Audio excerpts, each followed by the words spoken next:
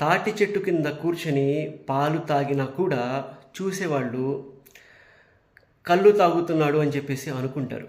అంతే, అది కామన్. ఎందుకంటే అది తాటి చెట్టు కాబట్టి, మనం తాగుతున్న డ్రింక్ వైట్గా ఉంది కాబట్టి.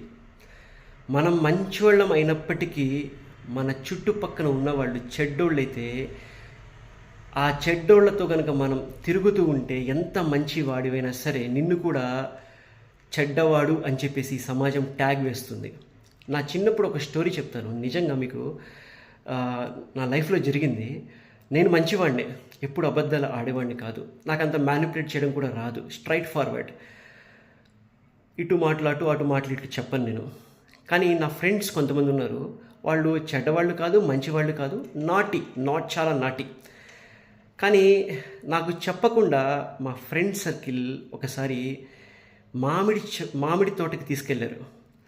ఆ మామిడి తోటకి జస్ట్ ఆడుకోవడానికి వెళ్తున్నాం కదా అని చెప్పేసి వాళ్ళు చెప్పినట్టు నేను అని మంచోడిని కూడా వాళ్ళతో పాటు వెళ్ళాను. ఏదో కొంచెం సేపు ఆడుకున్నాము, గోళీలు ఆట ఆడాము, బిల్లం కోడి ఆడాము, హైడ్ అండ్ సీక్ ఆడాము, కోతి కొమ్మచ్చి ఆడాము. కానీ ఇంతలో వాళ్ళకి ఆల్రెడీ ఒక ప్లాన్ ఉంది. మామిడి తోటకి వాళ్ళు వెళ్ళింది ఎందుకంటే మామిడి పళ్ళని దొంగతనం చేయడానికి వారు వెళ్ళారు. ఆడుతూ ఆడుతూ ఒకడు ఇలా కనుసైగ చేశాడు అని చెప్పేసి, ఇంకొకడు సరే అన్నాడు.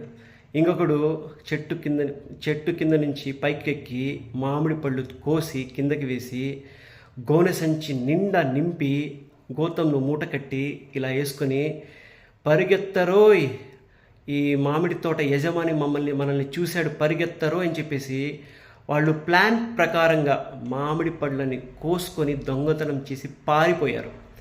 మనం మంచివాడమే కదా అని చెప్పేసి నేను చిన్నగా నడుచుకుంటూ వెళ్ళాను. కానీ మామిడి తోట యజమాని నన్ను పట్టుకొని చితక్కొట్టాడు. నిజంగా ఇప్పటికి గుర్తుంది.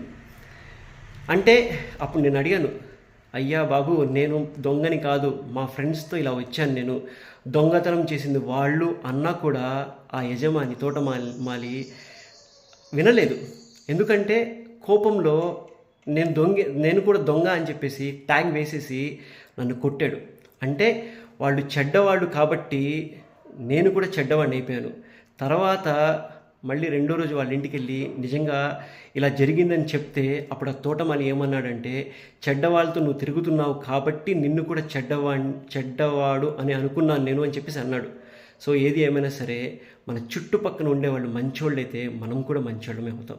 మనం మంచోళ్ళం కాబట్టి మంచి వాళ్ళతోనే ఎప్పుడు స్నేహం చేద్దాం. ఇది ఈ నా స్టోరీ నచ్చితే లైక్ చేయండి, షేర్ చేయండి. Thanks so much.